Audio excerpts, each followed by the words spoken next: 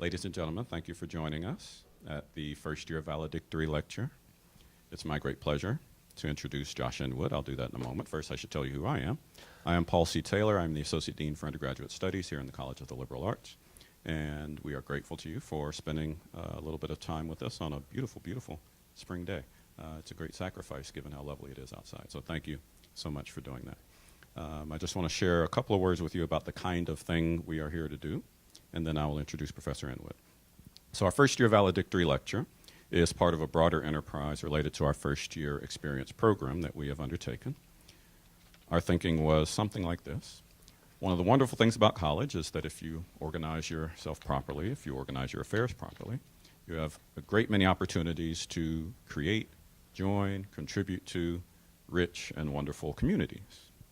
One of the wonderful things about the College of Liberal Arts, or any liberal arts institution that does its work properly, is that those communities can sometimes involve intellectual communities that are devoted to exploring and interrogating deep questions about the human condition. And so in that spirit, we wanted to make clear to our students that one of the things they were doing when they came to the College of Liberal Arts as first-year students was joining a vibrant and rich intellectual community. And so we created a year-long series of programs that were collectively meant to communicate this meaning to our students and to the wider community and other stakeholders of the college. So we began the year with an inaugural lecture that is meant to kick the year off in the spirit I just described, making clear to people that this is an intellectual community that you're joining. We now close the year with a bookend lecture, the valedictory lecture that Professor Inwood would give. A valediction is an address or some words that are given on the occasion of a farewell. And so this is, in a sense, our way of wishing you farewell from the heart of the intellectual community here in the college. So that's the kind of thing we are here to do. I hope that's what you came here to get. So without any further ado, I'll introduce Professor Inwood. Josh Inwood is an associate professor of geography and a senior research associate in the Rock Ethics Institute. His work focuses on the social, political, and economic structures that make human lives vulnerable and on how those same populations organize to survive.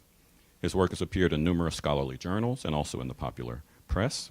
He teaches a variety of undergraduate courses, including Introduction to Geopolitics, Introduction to Human Geography, as well as more advanced courses on race and politics. When he is not working on his research, he enjoys the outdoors and playing with his kids. So, on behalf of the leadership of the College of Liberal Arts and the wonderful team that supports the college and its operations, and on behalf of Professor Inwood, thank you for coming. On behalf of those same folks, it is my great pleasure to introduce Professor Inwood, who will speak to us on the theme, Living in the World House, Martin Luther King and Understanding Our Place in an Interconnected World. Please join me in welcoming Professor Inwood. I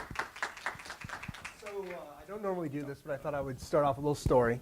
I grew up in a small town in Michigan, and in this town there were a bunch of old German farmers, and they were tough. And there was this one German farmer in particular who had this barn, and in this barn he had two walls. On one wall was stapled all of these letters from high school kids who worked for him, who would work in his farm for like 2 weeks, and they would quit. And he had it as a point of pride to put these letters up. On the other side of the barn, he had this wall titled The Old Breed. And if you survived a summer working for him, you got to put your name on that barn wall, and you got to live as part of the old breed forever. And so for those of you out there who maybe aren't in State College, who maybe aren't enjoying a 70-degree, perfectly beautiful spring day, what we have here today is the old breed who survived their first year at Penn State. And so I'm really happy that you came out, and I'm looking forward to talking to you a little bit today. And so basically what I'm going to do today, I kind of have two broad goals, maybe a third broad goal. The first broad goal is to talk a little bit about geography. Some of you might be wondering, what is it about geography that a geographer would have something to say about Martin Luther King Jr.? I think probably a lot of people would think political science, probably a lot of people would think potentially history, certainly African American studies, which I'm also an affiliate faculty of, would have something to say about that. But part of the argument I'm going to make to you today, and part of what I'm going to talk to you about today, is this notion of community. And community is about space, and community is about place. And those are two themes that are intimately linked with the study and understanding of geography. And so we're going to think a little bit about what does it mean to be part and parcel of a community and what that means for you. The second goal today is really for us to think about Martin Luther King Jr., a figure of history, someone who we celebrate birth every January 22nd. And I'm going to want us to think about him not as an historical figure, but what does he have to say for us here in the 21st century? What would Martin Luther King have to say to us as freshmen or sophomore or juniors or maybe seniors who are at Penn State? And are there lessons that we can think about as we go forward in our own lives and as we think about what does it mean to be part and parcel of the Penn State community? And the third piece of this is, since it is a valedictory address, is I thought I would just throw out a few pieces of free advice. And of course, free advice is worth what you pay for it, so you can take it with a grain of salt if you want. But that's kind of what we will be doing here today. And so, geography and civil rights. I'm sure all of you are aware that the first week of November every year is Geography Awareness Week. All right, that's about as funny as I get, guys, so it's going to be a long afternoon. And so this past year, I was happy to say that I had a small part to play in, along with Derek Alderman, who's a professor at the University of Tennessee, Knoxville, in making Geography Awareness Week have the theme of civil rights.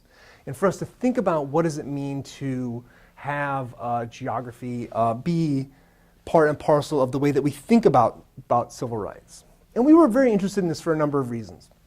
The first is that we are living in a time of increased tensions.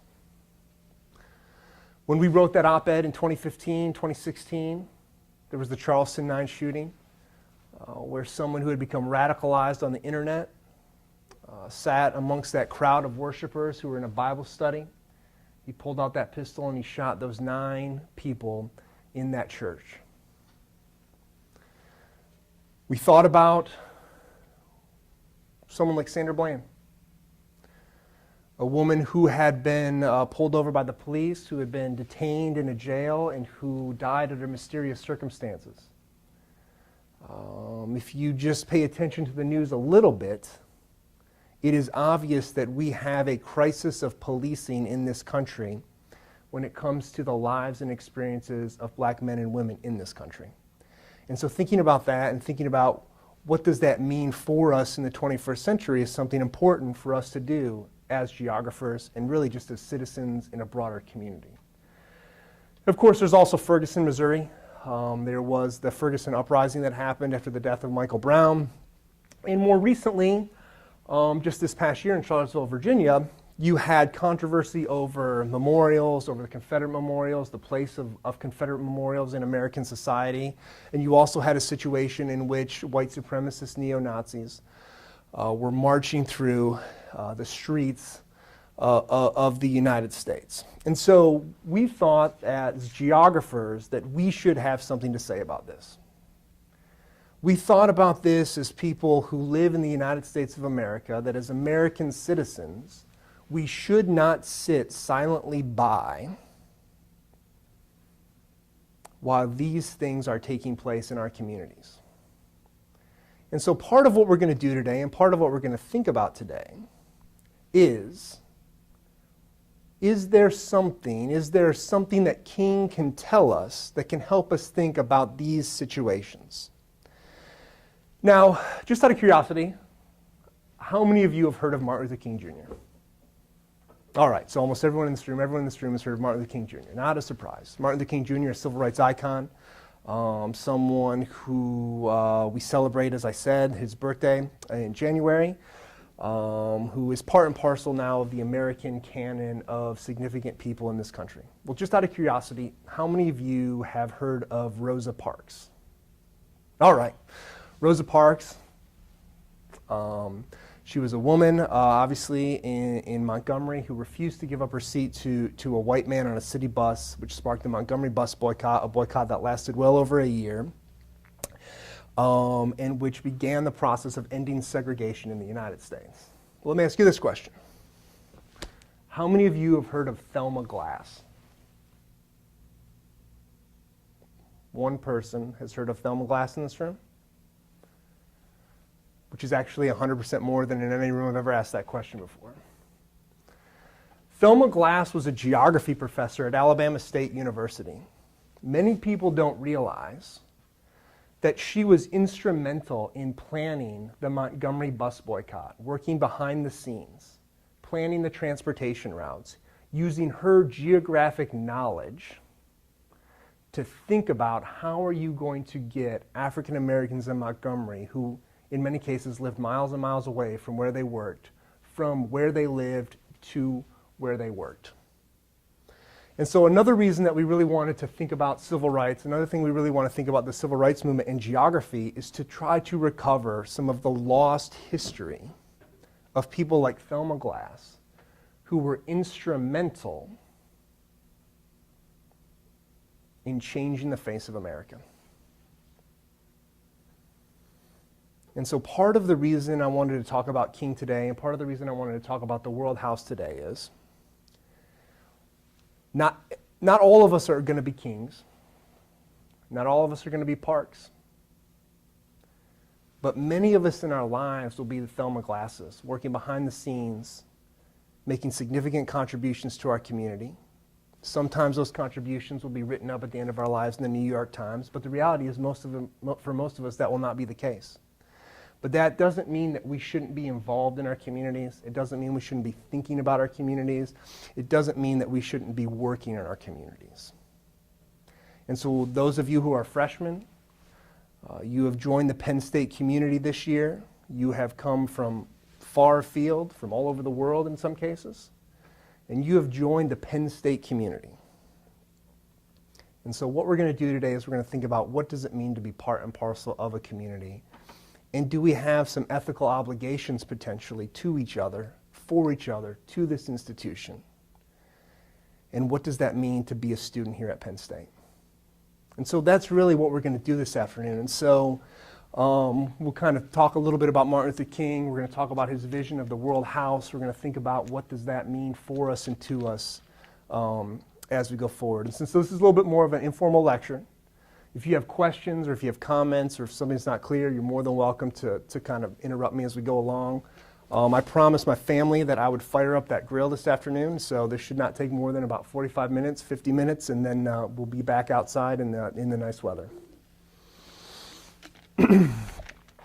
So, let's think about Martin Luther King here for a minute.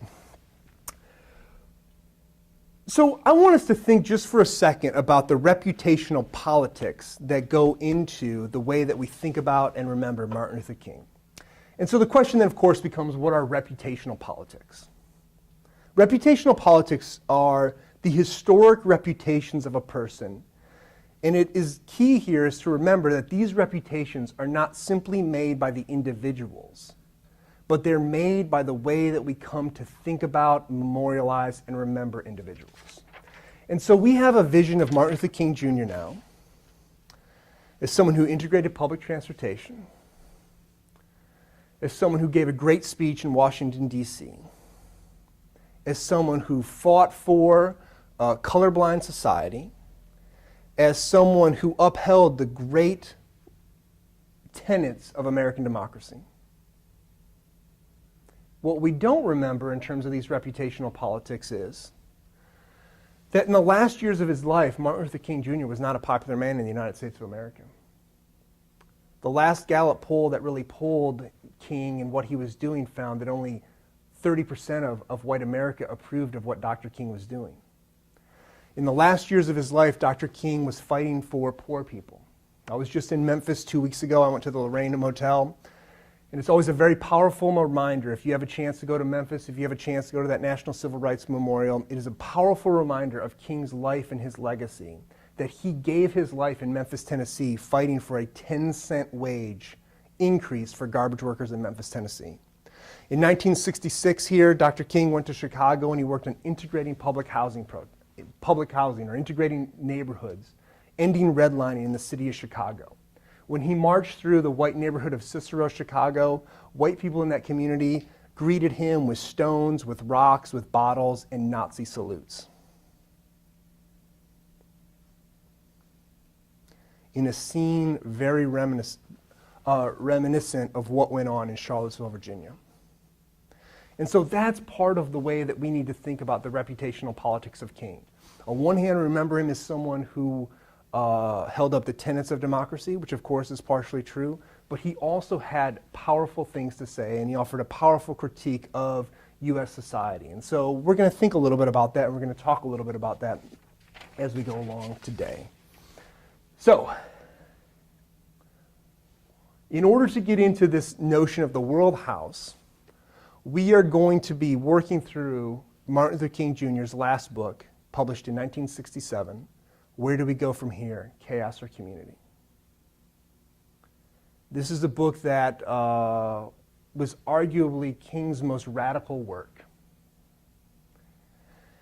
In this book, he has a chapter on the world house, which we'll talk about, but he also talked about poverty, he talked about inequality, he talked about ending the war in Vietnam, he talked about guaranteeing a national income for every American. He talked about how it was the responsibility of the federal government to provide every American who wanted a job. It was written at a time where many people in the civil rights struggle had begun to see Dr. King as old-fashioned and outdated. It represents a full-throated defense of nonviolent social action. It is a powerful, powerful book. And so if you have a chance this summer to pick this book up, if you have a chance this summer to do a little beach reading, a little free advice here, this is one of the books that you should put on your reading list for the summer. It is an amazing testament to King's life. It is an amazing vision of what we think about when we think about the possibility of democracy. There are things in there that you will agree with. There are things in there I suspect some of you will disagree with. But it's a challenging book, and it's an important book for us to think about as we go forward today. And so this is the book where we'll take the chapter from the World House. So in order to understand the World House, I want us to think just a little bit here about this concept of community. And what does it mean to live in community? And so geographers define community as a group of people who share a common culture, values, and interests based on social identity and or territory. And there's a couple of really important things that are important for us to think about as we kind of go through here, right? So in this definition are inherent questions of belonging, connection to others. Now, I remember what it was like when I was a freshman at Michigan State University, and it was a time where I struggled a little bit to belong. I struggled a little bit to foster connections with others. And so this notion of community and what does it mean to be part and parcel of a community asks questions about how do we fit into different places and different spaces. It also is about a particular set of cultures, a particular set of values, a particular set of interests. You all have joined the Penn State community and you have decided to become Nittany Lions. And the thing about becoming a Nittany Lion, which is important for us to think about, which I think is actually the core cultural value that we have at this university. I've worked at Auburn University. I've worked at the University of Tennessee. I was a graduate student at the University of Georgia. I did my undergraduate at Michigan State University. There is one thing that I think separates Penn State University from all those other institutions. Do you know what that is? It's a sense of community. There's no question about that. But all those places had a sense of community. I think is reflected in Thon. I think it's reflected in a whole host of other things that this goes on in this community. And that is Lions lead. When I'm on the Penn State campus and I interact with students, whether they be freshmen, whether they be sophomore, whether they be juniors, whether they be seniors, I'm constantly struck by how Lions lead, by how our students, how you all are connected to the world, how you care deeply about others, and how you work towards some larger purpose beyond yourself. I think that is the thing that at Penn State University that we have over almost every other institution in the United States. And it's something that we should hold tight as a core value, as a common interest.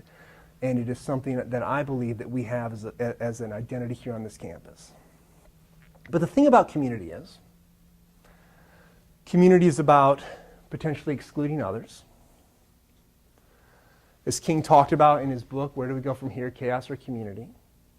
Community can be about the accumulation of resources, material wealth, at the exclusion of others.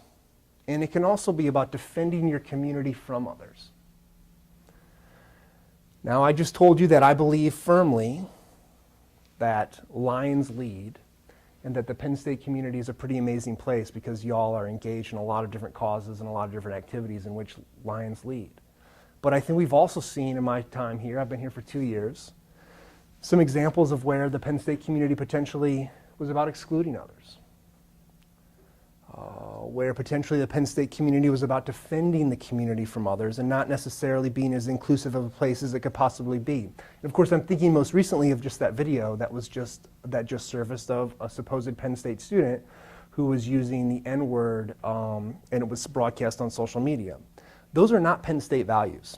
And I think the thing that we're going to talk about here, and the thing that we're going to talk about in terms of King and his contemporary context, is what ethical obligation do we have to stand up for others who may or may not feel part of our community? How are our lives going to be an example of that statement that lions lead?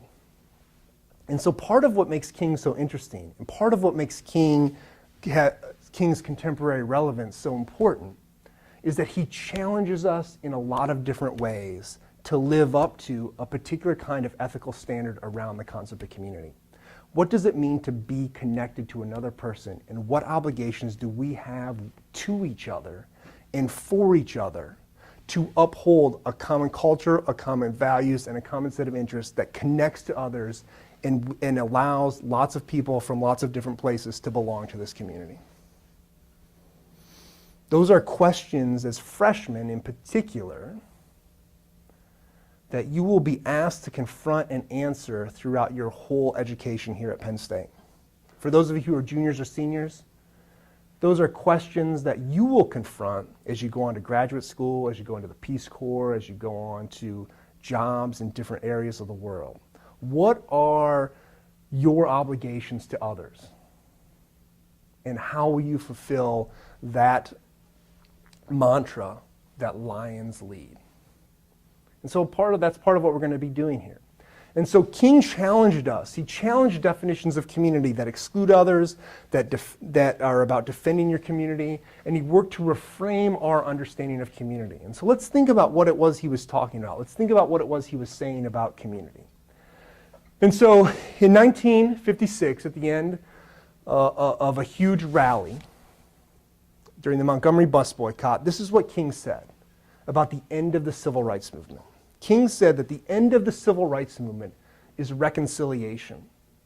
The end is redemption. The end is the creation of the beloved community. It is this type of spirit and this type of love that can transform opposers into friends. It is this type of understanding goodwill that will transform the deep gloom of the old age into the exuberant gladness of the new age. It is the love which will bring about miracles in the hearts of men. And there's a number of things that jump out about this definition that I think are important. The first is, when King was thinking about the civil rights movement, he was thinking geographically. He was thinking about what did it mean to create a new community, a new kind of space, a new kind of way of coming together in which we might transform relationships. There is a transformative aspect to what King is talking about.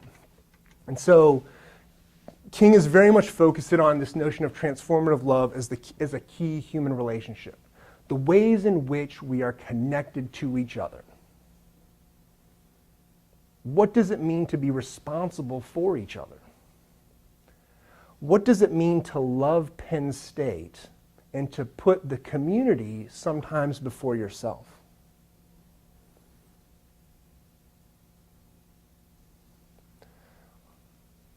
Those are questions which we can think about as we think about how and in what ways King is talking to us. But he also talks, like I said, that community is a transformative act, that community is a process of becoming, a process of belonging, a process of integrating into a particular kind of space, into a particular kind of place, and having a connection to others in an important kind of way. And of course, he also talks about the end of the civil rights struggle as the building of new communities is the central goal of this effort. And so as King expanded his mission, he expanded his focus to not only take on racism, which was a huge piece and parcel of his career, but he also began to critique the U.S. economy and the way the U.S. society ignored poor people, ignored others who had not been part and parcel of the American experience. So,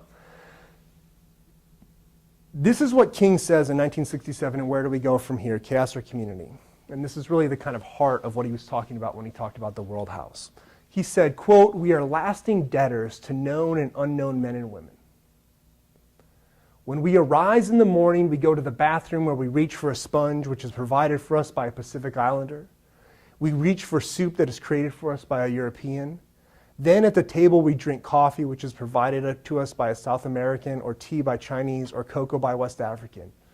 Before we leave for our jobs, we are already beholden to more than half the world."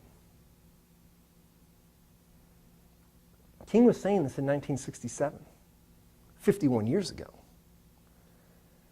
Think about how globalization has transformed the planet.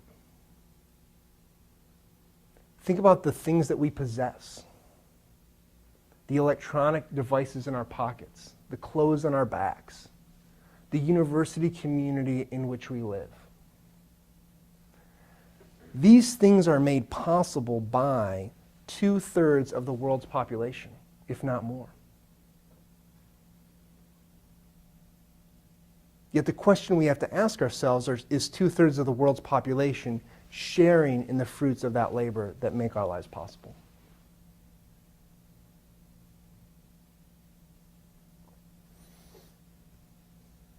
Our lives are interconnected in a way that makes it so what goes on in one part of the world necessarily affects us here in the United States. And so this is actually one of the key points I want you to take away from here. If you take away a couple of things, this is one of those points. That geography is deceptively simple. We tend to think that somehow things that are close to us are the things that we experience directly, are the things that are most directly related to us. But the reality in a globalized world is that there are people who are related to us. There are people who make our lives possible who we will never meet, who we will never know, who toil, who labor to make the things that we use to make our modern society possible. And yet, they don't necessarily enjoy the fruits of their labor in the kind of way that we might like to think they should, given the direct connection that we have with our lives and the way that they make our lives possible. And so King is talking about globalism and the integration of the world economy 20 years before political scientists, 15 years before economists, 30 years before geographers. King was a visionary in terms of thinking about the ways in which we connect with one another. And a big piece of what King's chapter on the World House does and what it asks us to do is to think about how our lives are interconnected. To think about what does it mean to be part of the Penn State community and what does that mean for the rest of the world. And our obligations to be engaged in the world, and again, here's that theme again, be tired of hearing it before the end of the day. Lions lead. And so what does it mean to be part of the Penn State community as we think about our place in the world, and as we think about our community's context in the broader world? Do we have some kind of obligation to engage in the world, to be part and parcel of coming up with solutions for a whole range of global problems? I would argue, and I think King would argue as well, that we do. And so, as King said, our lives are tied to myriad peoples, and he often talks about how the well-off and secure are indifferent to the poverty and the deprivation in their midst.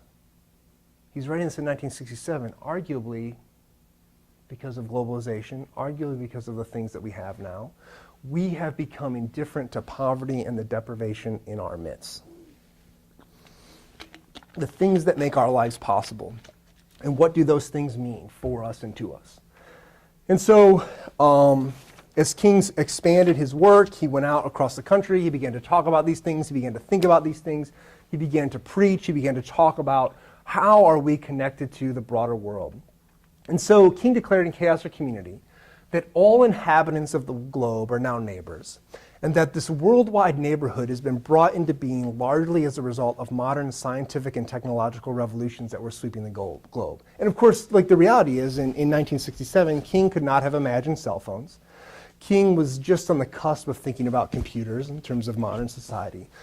Yet King knew that because of these scientific and technological revolutions, that we are becoming more connected, that we are part and parcel of a broader world community, and that we needed to expand our focus to think about what that community means, who is part and parcel of that community, and the way in which we connect. And so, of course, King is focused on the way technology is changing the way that we live. As he talked about the way automation and cybernation was changing how we lived. In 1967, he could not have imagined that this morning I was sitting in front of my computer. I have a graduate student who is working over in Europe. I was able to Skype with that graduate student and have a live conversation in real time about their research. And we could see each other and we could talk to each other, and she could tell me what she was doing and I could give her advice. Right? You could literally be anywhere in the world. Any people from anywhere in the world could be watching this right now. But he was also concerned about this notion of automation. And what does that mean? Just out of curiosity, does anybody know, in 47 or 46 of the 50 states, does anybody know what the job that people do without college degrees that give them a middle-class lifestyle? Does anybody know what that job is? So you don't have a college degree, but you make a middle-class income. Yeah? Mechanic? Close, not quite. Construction? No, not quite construction. Trucking? Truck driving. Driving a truck in 46 or 47 of the 50 states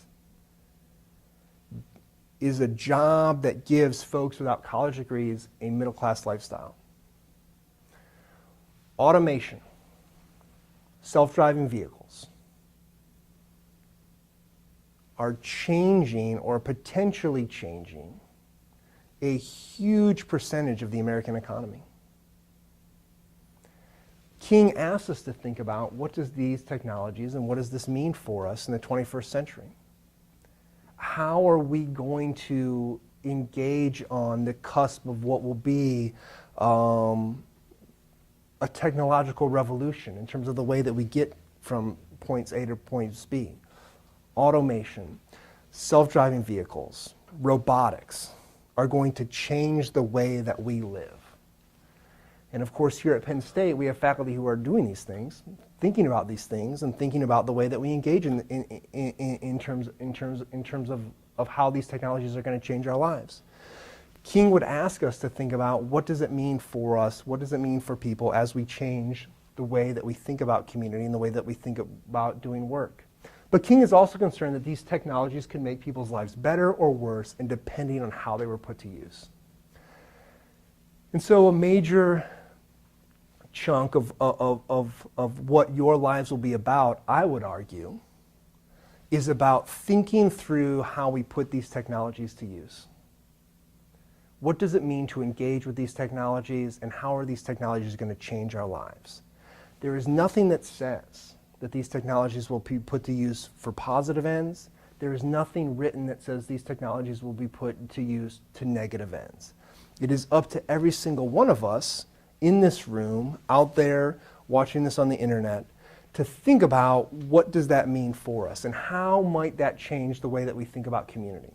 How might that change the way that we think about how we engage in the world? And of course, King was also concerned that if our technologies were not put to good use in a way that helped people come together, that we would be sowing the seeds of our own destruction. And so what he was really concerned about, the core of the World House, was centered around the development of community in which we can see how our lives interrelate with one another. And so King wanted to understand, and King wanted us to think about what are some of the obligations that we might have to each other. And so part of what King wanted to do was he wanted to create this revolution of values so that political conditions would exist in which every nation, every person, could develop an overriding loyalty to mankind as a whole in order to preserve the best of their individual societies. And so we are living in a time of incredible integration. We are living in a time of tremendous political tensions. King is asking us to think about how we can engage with one another in a way that doesn't necessarily push aside the old order, but thinks about how we might fit together, how we might live together in a community in a way that does not sow the seeds of our own destruction. And so King was concerned that at the present time that we are being led by misguided men with guided missiles that could destroy the world in minutes. We continue to live in that context. If you think about tensions in Syria, if you think about tensions in the Ukraine, if you think about militarism in the United States, if you think about militarism in Russia, around different parts of the world, we continue to live in a context in which guided missiles could destroy the world in minutes. I would argue, as young adults, this is another one of those issues that you will be forced to confront in terms of how we interrelate with each other. And the nice thing, the exciting thing here at Penn State is that because Lions lead, we have a range of ways for you to think about this. And so one of the core messages here, and I'm running a little bit out of time, is the way in which King talked about how we had to develop two parts of our personalities. That if we were going to interrelate with each other, if we were going to be part and parcel with each other, we had to develop an external self, but we also had to develop an internal self. And so what is the external self? King talked about in Chaos or Community, the World House, that the external self, which we all have, was related to materialism, the kinds of things that we have, the kinds of things that we buy, the kinds of ways that we fit into society, maybe from a class position. He was very much focused on the external self, thinking about the instrumentalities by which we live, the way that we relate to each other, the way that we talk to each other, the way that we think about our connections to each other. And of course, he's also interested in technology and thinking about the different kinds of technologies that we have. But King said in the World House that if you are simply focused on the external self,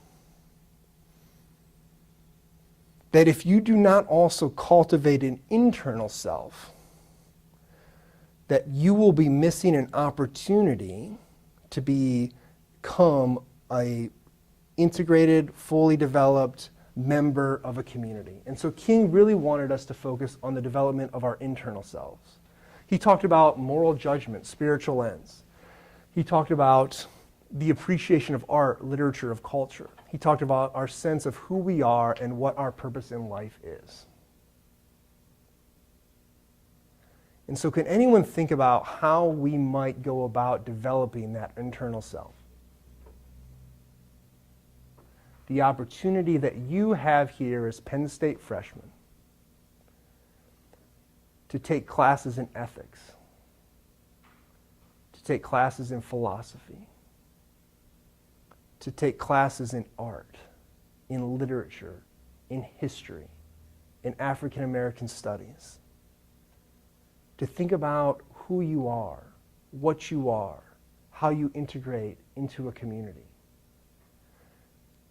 Does the internal self and the development that King talked about not sound like liberal arts education? The very purpose of what you are in the college that you are about? And so the second message I really want to leave you with is, particularly those of you who are freshmen, you have a tremendous opportunity over the next 3 or 4 years to take a range of classes. There is no better college in this university that is positioned to allow you to develop your own moral judgment, a spiritual sense of yourself, an appreciation of the broad range of art and literature and culture that makes up this world community, your sense of purpose. What will you do to be a leader then in this college? And so if there's another message that I hope that you take away from this talk today, is that you use your opportunity as a member of the College of Liberal Arts to develop that internal self so you can come to understand the technologies that we have, how those technologies can be put to use for good or for ill, that you can think about the ways in which we live, the ways in which we interconnect with each other. Do these things bring us together? Do they divide us? Do they make us more connected? Do they make us more divided? And to think about the different kinds of ways that we live in terms of how we produce the things that we need to live. That really is the challenge of what we are about here at Penn State. Lions lead because they develop their internal self to be able to take on these grand challenges. And that's really why we're here, and that's really why Penn State University exists. And so I would just urge you over the next couple of years to take some time to think about that internal self, to take some time to think about how you relate to the world, to take a class maybe that's not part and parcel of your major, but it's just something of interest, to pick a book up, to talk to somebody who may be a little bit different than you, and to think about what that means in terms of how your life will be changed by this place. And so with that, I think I've talked for 42 minutes. I'll wrap it up, and I can take some questions or comments, or we can go out and enjoy the nice weather. Thanks, y'all.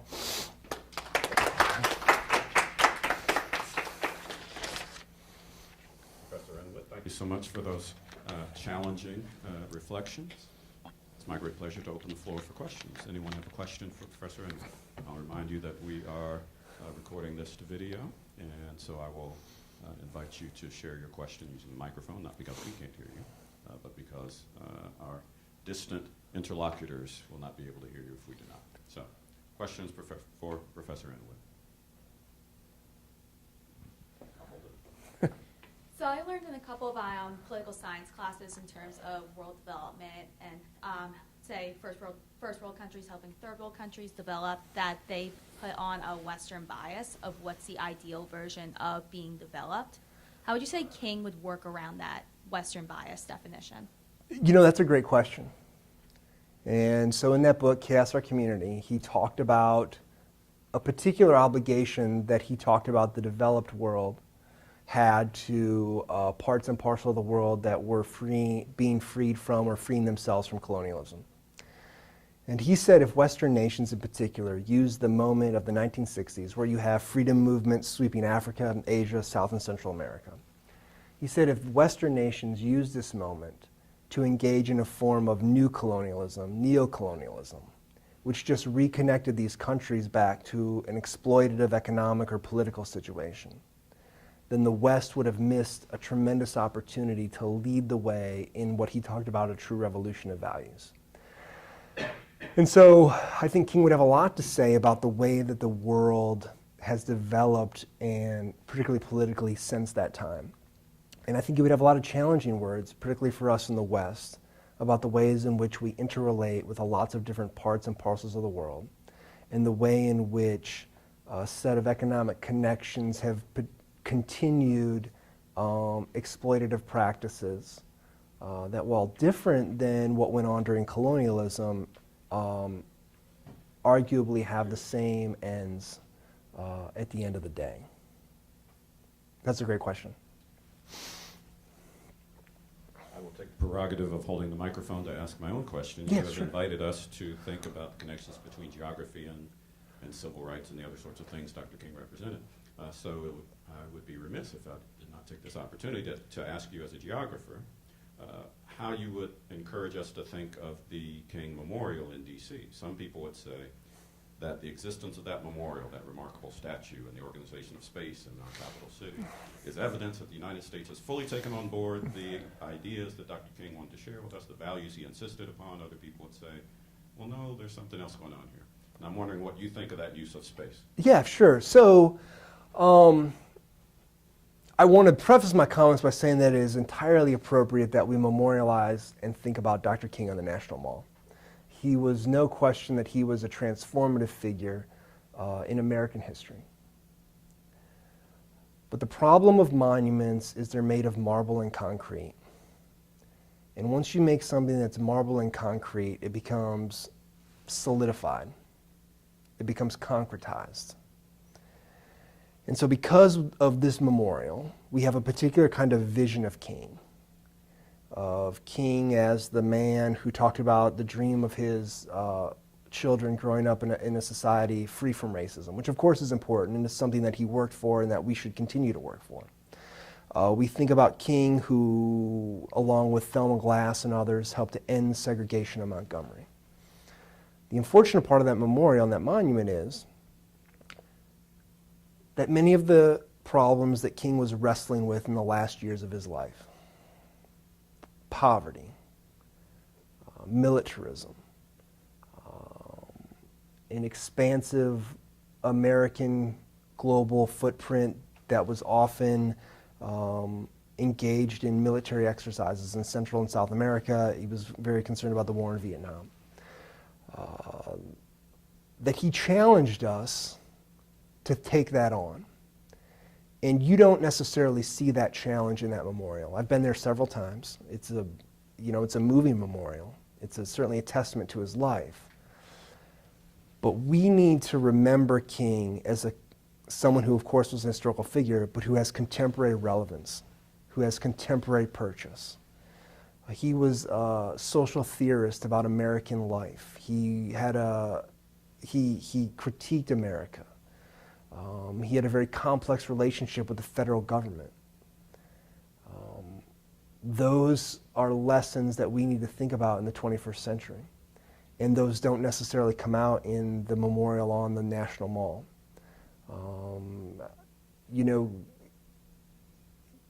King was going to go to Washington, D.C. in 1968, shortly after he was going to leave Memphis. He was going to camp out with hundreds, if not thousands, of poor people until the federal government did something about poverty in this country. That's not part of that memorial. The way in which the federal government tried to destroy King at various points of his career are not part of that memorial and that monument. And those are lessons that we should think about in terms of our relationship to different aspects of the government, the role of the federal government in our lives that is incredibly powerful and contemporarily significant, amongst other things. Thank you. We will soon be invited to relinquish this room. Are there any closing questions for Professor Inwood?